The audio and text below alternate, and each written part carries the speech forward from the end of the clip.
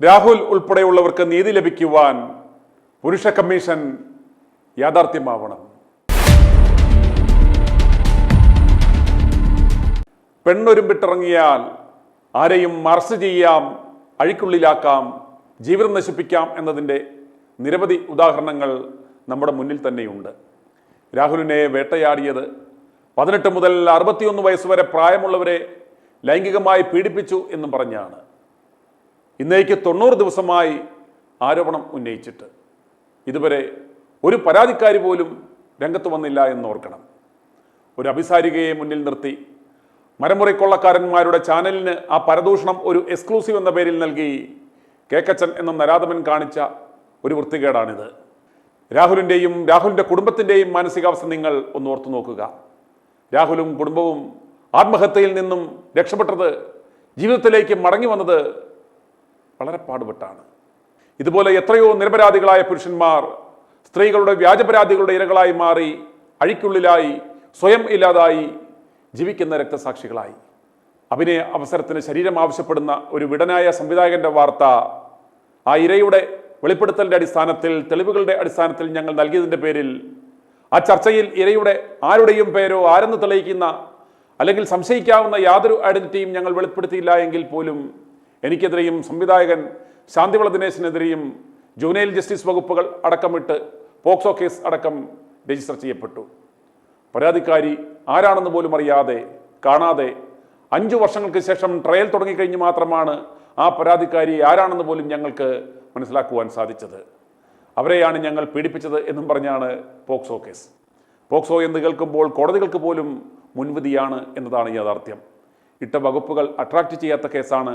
വ്യാജ പരാതിയാണ് എന്ന് തെളിവുകൾ കാട്ടി സുപ്രീം കോടതി വരെ പോയി കേസ് ക്വാഷ് ചെയ്യാൻ ശ്രമിച്ചിട്ടും വന്ന വിധി ട്രയൽ നടക്കട്ടെ എന്നാണ്.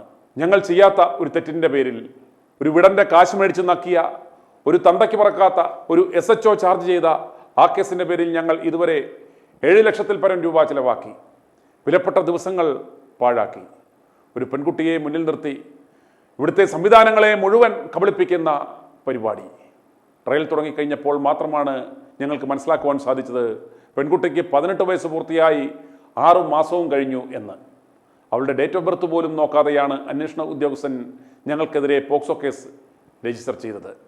ഞങ്ങൾക്കുണ്ടാക്കിയ മാനസിക ബുദ്ധിമുട്ടിന്, സാമ്പത്തിക നഷ്ടത്തിന് ആര് സമാധാനം പറയും? പോക്സോ കോടതിയിൽ ചെല്ലുമ്പോൾ ഞങ്ങൾക്ക് മനസ്സിലാക്കുവാൻ സാധിച്ചത് പോക്സോ കേസ് ചുമത്തി വരുന്നതിൽ ഭൂരിഭാഗവും നിരപരാധികളാണ്.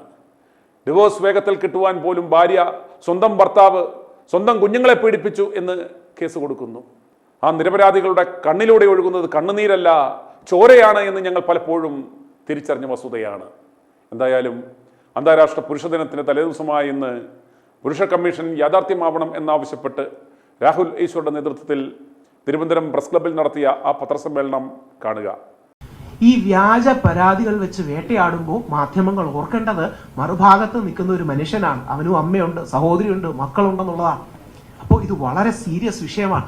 ഇതിൽ ആരുത്തരം പറയും? ചില ആൾക്കാരെങ്കിലും രാഹുൽ മാങ്കൂട്ടത്തിലെ വിഷയം പറഞ്ഞുകൊണ്ട് പറയുകയാണ് 18 മുതൽ 60 വയസ്സ് വരെയുള്ള സ്ത്രീകളെ പീഡിപ്പിച്ചു എന്നവരെ പല പ്രമുഖ ചാനലുകളും വാർത്ത കൊടുത്തു. അതായത് സ്ത്രീകളുടെ പ്രായപരിധി അറിയാത്തതുകൊണ്ട് 18 മുതൽ 60 ഏജ് കാറ്റഗറി പോലീസ് അവരുടെ ഇതിലിട്ടതാണ്. മാധ്യമങ്ങൾ അതിൽ 18 മുതൽ 60 വയസ്സ് വരെയുള്ള ആൾക്കാരെ രാഹുൽ മാങ്കൂട്ടത്തിൽ പീഡിപ്പിച്ചു എന്ന് വാർത്ത കൊടുക്കുകയുണ്ടായി. ഇന്നലെ ശ്രീനാദേവി ആദ്യം തന്നെ അത് CPI-കാരിയാണ്, ഇപ്പം കോൺഗ്രസ്സുകാരിയായി. ശ്രീനാദേവി അതിശക്തമായ ഒരു മാധ്യമം ഇവരെ അങ്ങോട്ട് വിളിച്ച് എന്തെങ്കിലും പരാതി ഉണ്ടാ എന്ന് ചോദിക്കുന്ന അവസ്ഥയാണ്. അപ്പോൾ മീഡിയക്കാരോടുള്ള ബഹുമാനപുരസ്സരമുള്ള അഭ്യർത്ഥന, യഥാർത്ഥത്തിൽ കോടതികൾക്ക് എത്ര പ്രാധാന്യമുണ്ടോ, പോലീസുകാർക്ക് എത്ര പ്രാധാന്യമുണ്ടോ, പുരുഷന്റെ ജീവിതത്തിൽ മാധ്യമങ്ങൾക്ക് ആ പ്രാധാന്യമാണുള്ളത്. കാര്യം മാധ്യമങ്ങളിലാണല്ലോ. നമ്മൾ ആരെങ്കിലും കോടതി വിധി വായിച്ചിട്ടാണോ ഒരാളെ കുറിച്ചുള്ള അഭിപ്രായം ഉണ്ടാക്കുന്നത്? എത്ര കോടതി വിധികൾ നമ്മൾ വായിക്കാറുണ്ട്, സാധാരണക്കാർ വായിക്കാറുണ്ട്. പക്ഷേ സാധാരണക്കാർ മാധ്യമങ്ങൾ കൊടുക്കുന്ന ഹെഡ്ലൈൻസ് വായിച്ചിട്ടും മറ്റുമാണ് പറയുന്നത്. അവിടെയാണ് പുരുഷ കമ്മീഷൻ നമ്മൾ ആഗ്രഹിക്കുന്നത്. നമുക്ക് ഒരു മെൻസ് കമ്മീഷൻ വേണം. ഹൈക്കോടതി വിധിയിൽ പറഞ്ഞിരിക്കുന്നത് പോലെ ഈ പുരുഷനെതിരെ വ്യാജ പരാതിയാണ് എങ്കിൽ, അല്ലെങ്കിൽ പരാതി വന്നാൽ കോടതി പറയുന്നത് വരെ ഇവന്റെ പ്രൈവസി സംരക്ഷിക്കപ്പെടണം. ഇല്ലെങ്കിൽ ആലോചിച്ചു, ഞാൻ എന്റെ ഉദാഹരണമോ അല്ലെങ്കിൽ നിങ്ങളുടെ ഉദാഹരണം വെച്ച് പറയാം. നാളെ നിങ്ങൾക്കെതിരെ ഒരു പ്രൊഫഷണൽ ജലസിയുടെ ഭാഗമായിട്ട് ഒരാൾ വ്യാജ പരാതി കൊടുത്തു. യഥാർത്ഥ മുകേഷിന് പറ്റിയതാ. പ്രൊഫഷണൽ ജലസിയുടെ പേരിൽ വ്യാജ പരാതി കൊടുത്തു. നമുക്ക് ബ്രാൻഡ് അസോസിയേഷൻസ് ഇല്ലേ, നമുക്ക് സ്പോൺസർഷിപ്പ് വരുന്ന ആൾക്കാരില്ലേ, ബ്രാൻഡ് എൻഡോഴ്സ്മെന്റ്സ് ഇല്ലേ. ഞാൻ ടെക്നോ പാർക്കിൽ വർക്ക് ചെയ്യാണ്, ജോലിയില്ലേ, അല്ലെങ്കിൽ ഹിഷാം വർക്ക് ചെയ്യാണ്, ജോലിയില്ലേ. നാളെ റിച്ച് ഇന്നോവേഷൻസ് ആയിരിക്കും, വേറൊരാളായിരിക്കും, നമ്മുടെ ജോലിയിൽ നിന്ന് മാറ്റി നിർത്തപ്പെടുന്നു, സസ്പെൻഡ് ചെയ്യപ്പെടുന്നു. ഇനി നാളെ ഏതെങ്കിലും രീതിയിൽ അല്ലാന്ന് വന്നു കഴിഞ്ഞാൽ ആരും അറിയുന്ന പോലുമില്ല. അപ്പോൾ ഇത് സീരിയസ് ആയ ഇഷ്യൂ ആണ്. നിങ്ങൾ ഓരോരുത്തരിലും ഒരു മുകേഷ് നായരും ഒരു കുട്ടികൾ ജയചന്ദ്രനും അങ്ങനെ നീതി നിഷേധിക്കപ്പെട്ട ഒരു പുരുഷനുണ്ട്. അവർക്ക് വേണ്ടിയാണ് ഈ മെൻസ് കമ്മീഷൻ. അടുത്ത 6 മാസം കൊണ്ട് നമ്മൾ ഓൾറെഡി 62 MLA കണ്ടു, പേഴ്സണലി കണ്ടു. ഞാൻ മാത്രമല്ല, ഒരുപാട് ഇതുമായിട്ട് ബന്ധപ്പെട്ട ആൾക്കാർ. നമ്മൾ ആരും വേറെ ഒന്നിനു വേണ്ടിയിട്ടല്ല, ഇത് എല്ലാവർക്കും അയച്ചു കൊടുത്ത് ഇത് നിയമസഭ ഓൾറെഡി പ്രിന്റ് ചെയ്ത ബില്ലാണ്. ഇതൊരു പുരുഷ കമ്മീഷനായി കൊണ്ടുവരണം. വനിതാ കമ്മീഷൻ പോലെ നീതി സൗഹാർദ്ദ ഇടങ്ങൾ, ജസ്റ്റിസ് ഫ്രണ്ട്ലി സ്പേസസ്. ഈ കഴിഞ്ഞ ആഴ്ചയിലെ എത്രയോ പേര് ആത്മഹത്യ ചെയ്ത വാർത്തകൾ നമ്മൾ കണ്ടു. അതായത് വ്യാജ പരാതികളും കൂടുകയായി ബന്ധപ്പെട്ട് നമ്മുടെ നാട്ടിലല്ലേ ആനന്ദ് വിശ്വനാഥൻ എന്ന് പറഞ്ഞൊരു വ്യക്തി 3 വർഷം ജയിലിൽ കിടന്നു. ദേശീയ തലത്തിൽ ഒരു രാം തിവാരി 7 വർഷം വ്യാജ പരാതി കാര്യത്തിൽ ജയിലിൽ കിടന്നു. 7 വർഷം വ്യാജ പരാതി അന്ന് അവസാനിപ്പിച്ചു. കഴിഞ്ഞ വർഷം തൊട്ട് 1-2 കോടതികൾ, പ്രത്യേകിച്ച് ഗുജറാത്തിലെ അടക്കമുള്ള 1-2 കോടതികൾ വ്യാജ പരാതിയുടെ പേരിൽ പുരുഷൻ എത്ര ദിവസം ജയിലിൽ പോയോ അത്രയും ദിവസം തന്നെ സ്ത്രീയും ജയിലിൽ കിടക്കണമെന്നൊക്കെ വിധി വന്നു. ഇപ്പൊ നമ്മളിത് സ്ത്രീകളെ മോശമാക്കാനല്ല, ഒട്ടും സ്ത്രീവിരുദ്ധമല്ല. സ്ത്രീകൾക്ക് നിലനിൽക്കുന്ന എല്ലാ അവകാശങ്ങളും അതേപോലെ തന്നെ നിലനിൽക്കണം. പുരുഷ കമ്മീഷനിലും ബഹുമാനപ്പെട്ട എൽദോസ് തയ്യാറാക്കി നിയമസഭയ്ക്ക് കൊടുത്ത ബില്ലിൽ പുരുഷ കമ്മീഷനിലും സ്ത്രീ പ്രാതിനിധ്യം വളരെ പ്രാധാന്യത്തോടെ പറഞ്ഞിട്ടുണ്ട്. അപ്പോ നാളെ അന്താരാഷ്ട്ര പുരുഷ ദിനമാണ്. നമ്മളുടെ അച്ഛൻ, നമ്മളുടെ മകൻ, നമ്മളുടെ ഭർത്താവ്, നമ്മളുടെ സഹോദരൻ ജയിലിൽ നിന്ന് ഒരു വ്യാജ പരാതി അകലത്തിൽ മാത്രമാണ് എന്ന തിരിച്ചറിവ് നമുക്ക് വേണം. അത് ആരെ കൊടുക്കാനും ഇതാകും. നാളെ ഞാനാകാം, നിങ്ങളാകാം, നമ്മുടെ മകനാകാം, നമ്മുടെ സുഹൃത്തോ സഹോദരനോ ആകാം. ആ വിഷയത്തിന്റെ സീരിയസ്നെസ്സിൽ എടുക്കണമെന്നും ആ വിഷയത്തിൽ ഒരു വിക്ടിം കൂടിയായ മുകേഷിന്റെ വാക്കുകൾ, മുകേഷ് ഇപ്പോ അന്താരാഷ്ട്ര തലത്തിൽ തന്നെ ഇപ്പം കൊളംബോയിലൊക്കെ പോയി ഈ പോക്സോയുടെ ദുരുപയോഗത്തെ കുറിച്ച് പേപ്പർ പ്രസന്റ് ചെയ്യാൻ. ഓർക്കുക, ഇത് അക്കാഡമിക് താല്പര്യം മാത്രമല്ല, സ്വന്തം ജീവിതത്തിലെ വേദനയാണ്.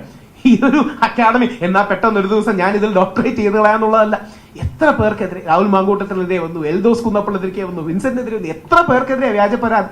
രാഷ്ട്രീയമായി തകർക്കാൻ, ബിസിനസ്സിൽ തകർക്കാൻ, വ്യക്തിവൈരാഗ്യം തീർക്കാൻ പോക്സോ അടക്കമുള്ള കേസിലങ്ങ് പിടുത്തുകയാണ്. വേറെ ഒരു തെളിവും വേണ്ട. വേറെ അങ്ങ് പറഞ്ഞാൽ മതി. അങ്ങ് പറഞ്ഞിട്ട് അതിന്റെ പേരിൽ കഥകൾ ഉണ്ടാക്കിക്കൊണ്ടിരുന്നാൽ മതി. ആലോചിച്ച് നോക്കുക, അങ്ങനെ 6 മാസമൊക്കെ നിങ്ങൾക്ക് ഒളിച്ചത്, അല്ലെങ്കിൽ എനിക്കോ നിങ്ങൾക്കോ ഒളിച്ച് താമസിക്കേണ്ട ഒരു ഗതികേട് വന്നാൽ എങ്ങനെ ജീവിക്കും? ഇനി എനിക്ക് സ്ഥലം എവിടെയാണെന്ന് അറിയാം, ഇനി ഞാൻ പറയില്ല. പക്ഷെ കുട്ടികൾ ജയചന്ദ്രൻ കേരളത്തിന് വെളിയിൽ 6.5 മാസം ഒളിച്ചു താമസിച്ചു. അതിന്റെ ഇടയ്ക്ക് എപ്പോഴെങ്കിലും പോലീസിന് കുട്ടികൾ ജയചന്ദ്രനെ കിട്ടിയിരുന്നെങ്കിൽ ജാമ്യം കിട്ടൂലായിരുന്നു. കാര്യം അതെന്താ പറയുക, ഒരു ലീഗ്, അതൊരു മെന്റാലിറ്റിയാണ്. അതായത് ഒരു സ്ത്രീ ഇങ്ങനെ ഏതെങ്കിലും രീതിയിൽ അവൾ ഒരു അല്ലെങ്കിൽ ഒരു കാര്യം പറയാൻ ആഗ്രഹിക്കും, അവക്ക് കൊടുക്കുന്ന ഒരു പരാതി അങ്ങ് കൊടുത്തിട്ട് നിനക്കൊരു സ്ട്രെങ്ത് ആവും. അത് മീഡിയക്കാരൊന്ന് കവർ ചെയ്യും. അവിടെയാണ് നിങ്ങൾ മീഡിയക്കാർ മനസ്സിലാക്കേണ്ടത്. നിങ്ങളെ മാനിപ്പുലേറ്റ് ചെയ്യാൻ കൂടി വേണ്ടിയാണ് റിനി അടക്കമുള്ളവർ ഇത് ചെയ്യുന്നത്. അതായത് റിനി ഒരു പത്രസമ്മേളനം വിളിച്ച് ചെല്ലെങ്കിൽ ഓർമ്മ കാണും, ഞാൻ ചില കാര്യങ്ങൾ പറഞ്ഞാൽ ഇവിടെ ആൾക്കാർ താങ്ങില്ല എന്നൊക്കെ പറഞ്ഞൊരു പ്രസ് മീറ്റ് വിളിച്ച് ചെല്ലെങ്കിൽ ഓർമ്മ കാണും. എന്താണ് ഈ താങ്ങാതിരിക്കാനുള്ള കാര്യം? ഈ പെൺകുട്ടി തന്നെ CPM-ന്റെ അടക്കമുള്ള വേദിയിൽ പോയി ശക്തമായി പറയുന്നുണ്ട്, എനിക്ക് എങ്ങനെ വലിയ ഉപദ്രവമൊന്നും നേരിട്ടിട്ടില്ല, ബാക്കിയുള്ളവർക്ക് വേണ്ടിയാണ് ഞാൻ പോരാടുന്നത്. ഇതിന്റെ പ്രശ്നം മീഡിയക്കാർ സ്ത്രീപക്ഷ വിഷയം എന്ന് പറഞ്ഞാൽ അത് നല്ലതുമാണ്, നിങ്ങളുടെ നല്ല ഉദ്ദേശം കൊണ്ടായിരിക്കും, അത് ഹൈലൈറ്റ് ചെയ്യുകയും മറ്റും ചെയ്യും. പക്ഷെ അത് ഇങ്ങനെ വെച്ചിരിക്കും. ഞാൻ ചില കാര്യങ്ങൾ പറഞ്ഞു, വിജയ് ഞാൻ അടിച്ചാൽ താങ്കമാട്ടെ എന്ന് പറയുന്നത് പോലെ റിനി വന്ന് ഞാൻ ചില കാര്യങ്ങൾ പറഞ്ഞ ആൾക്കാർ താങ്ങില്ല, ഞാനപ്പം വെല്ലുവിളിച്ചുകൊണ്ടെന്ന് പറഞ്ഞു, എന്താ ഒന്ന് പറ, താങ്ങാതിരിക്കുന്നത് എന്താ നോക്കട്ടെ. ഇത് പറയാൻ നമ്മുടെ സമൂഹത്തിൽ ആൾക്കാർ വേണം. ഇത് വ്യക്തിപരമാണെങ്കിൽ സീരിയസ് ആയ വിഷയമാണ്. KR മീര മാഡത്തെ പോലുള്ളവർ പറയുന്നത്, ഒരു വലിയ എഴുത്തുകാരിയാണ്, അല്ലെന്ന് പറയുന്നില്ല. വിഷം കൊടുത്ത് ഗ്രീഷ്മ ഷാരനെ കൊല്ലുകയാണ്. KR മീരയെ പോലെ അറിയപ്പെടുന്ന അവാർഡ് ലഭിച്ച എഴുത്തുകാരി പറയുകയാണ്, ചില സമയങ്ങളിൽ അങ്ങനെ വിഷമൊക്കെ കൊടുക്കേണ്ടി വരും. ഒന്ന് ആലോചിച്ച് നോക്കുക. ഈ ഷാരൺ ഒരു അമ്മയും സഹോദരിയും സഹോദരനും അച്ഛനും ഒക്കെ ഇല്ലേ? ഇവർ പ്രമുഖമായ ഒരു ലിറ്ററേച്ചർ ഫെസ്റ്റിവലിൽ പോയി പറയുകയാണ്, ചിരിച്ചുകൊണ്ട് പരിഹാസം കൊണ്ട്, ചില സമയത്തിൽ അവക്ക് അങ്ങനെ വിഷം കലക്കി കൊടുക്കേണ്ടി വരുമെന്ന്. നാളെ തിരിച്ച് ഒരു നിമിഷം നിങ്ങൾ ആലോചിക്കുക. നാളെ ഞാൻ ഒരിക്കലും അത് പറയില്ല കേട്ടോ, അത് വേറെ, ഞാനൊരു മെയിൽ ഷോവനിസ്റ്റ്, ഞാൻ അല്ലാത്തതുകൊണ്ട് ഞാൻ പറയില്ല. ഞാൻ തിരിച്ച് പറയുകയാണ്, ഒരു ഷാരനാണ് ഗ്രീഷ്മയെ കൊന്നതെന്നിരിക്കട്ടെ.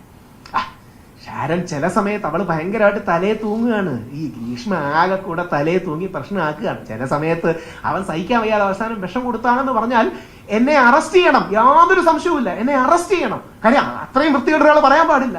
മീര മാഡത്തിനെതിരെ FIR ഇട്ടില്ല, പോട്ടെ, അക്നോളജ്മെന്റ് തരാൻ ഞാൻ ഒരാഴ്ച എറണാകുളത്ത് നടന്നു. അതായത് പരാതി കൊടുത്ത് പോലീസുകാർ അക്നോളജ്മെന്റ് തരുമല്ലോ, സാർ ഞങ്ങളൊന്ന് നോക്കട്ടെ. അതായത് അവർക്ക് പേടിയാണ്. അതായത് ഏതെങ്കിലും രീതിയിൽ ഒരു സ്ത്രീക്കെതിരെ പറഞ്ഞ എന്തെങ്കിലും ഉണ്ടോ? ഒരാഴ്ച 3-4 ഫോളോ അപ്പ് ചെയ്തതിന് ശേഷമാണ് പോലീസ്, നമുക്കറിയാം പോലീസുകാരുടെയും കുറ്റമല്ല, പോലീസുകാരുടെ സാറേ അക്നോളജ്മെന്റ് തരാം, ഇതിന്റെ പേര് പ്രശ്നമൊന്നും ഉണ്ടാവരുത്, FIR ഇടുന്നത് പോലുമല്ല. എത്രമാത്രം ബയസ്ഡ് ആണെന്ന് നോക്കുക. അവിടെയാണ് ഒരു ഫെയർനെസ്, സ്ത്രീപക്ഷം തന്നെ ആയിരിക്കണം നിയമം, സംശയമൊന്നുമില്ല. സ്ത്രീകൾക്ക് അനുകൂലമായിരിക്കണം, കാര്യം ചരിത്രപരമായ ഒരു കോണ്ടെക്സ്റ്റ് ഉണ്ട്. സ്ത്രീകൾക്ക് അനുകൂലമായിരിക്കണം നിയമം, സ്ത്രീപക്ഷമായിരിക്കണം. പക്ഷെ പുരുഷനോട് വിരോധം കാണിക്കുന്ന, പുരുഷനെതിരെ ബയസായ ഒരു കാര്യമാകരുത് എന്നുള്ളത് മാത്രമാണ്. അപ്പോൾ നിങ്ങളുടെ 1-2 ചോദ്യങ്ങൾ എടുക്കാം. ഇതൊന്ന് മുകേഷിന് കൊടുത്തിട്ട്, ഇതാണ് നമ്മുടെ മെൻസ് കമ്മീഷൻ. ഈ മെൻസ് കമ്മീഷന്റെ ക്യാമ്പയിന് വേണ്ടിയാണ് നമ്മൾ പോകുന്നത്. ഇന്ത്യയിൽ ആദ്യമായിട്ട് അങ്ങനെ ഒരു പുരുഷ കമ്മീഷൻ നമ്മുടെ കേരളത്തിൽ വേണം എന്നുള്ളതാണ്. നാളെ അന്താരാഷ്ട്ര പുരുഷ ദിനമാണ്. ആത്മഹത്യകൾ വർദ്ധിക്കുന്ന സാഹചര്യത്തിൽ, വ്യാജ പരാതികൾ വർദ്ധിക്കുന്ന സാഹചര്യത്തിൽ, സ്ത്രീകൾ അനുഭവിക്കുന്നതിന്റെ 4 ഇരട്ടിയും 5 ഇരട്ടിയും പ്രശ്നങ്ങൾ ഇന്ത്യയിലും കേരളത്തിലും അനുഭവിക്കുന്ന സാഹചര്യത്തിൽ ഒരു പുരുഷ കമ്മീഷനെ കുറിച്ച് ചിന്തിക്കണമെന്നും മാധ്യമങ്ങൾ അത്തരം കാര്യങ്ങൾ ചർച്ച ചെയ്യണമെന്നും പൊതുസമൂഹത്തിലേക്ക് എത്തിക്കണമെന്നും ആഗ്രഹിച്ചുകൊണ്ടാണ് ഇത് ചെയ്യുന്നത്. വനിതാ കമ്മീഷനാകാമെങ്കിൽ പുരുഷ കമ്മീഷനും ഇവിടെ അത്യാവശ്യമാണ്. രാഹുലിൻ്റെ പ്രവർത്തനങ്ങൾക്ക് എല്ലാവിധ പിന്തുണകളും ഞങ്ങൾ അറിയിക്കുന്നു. കാരണം ഞങ്ങളും ഇരകളാണ്. i2i News, an eye for truth. i2i News subscribe ചെയ്തിട്ടില്ലാത്തവർ ഇപ്പോൾ തന്നെ സബ്സ്ക്രൈബ് ചെയ്യുക. നോട്ടിഫിക്കേഷൻ ലഭിക്കുവാൻ ബെൽ ബട്ടണും അമർത്തുക.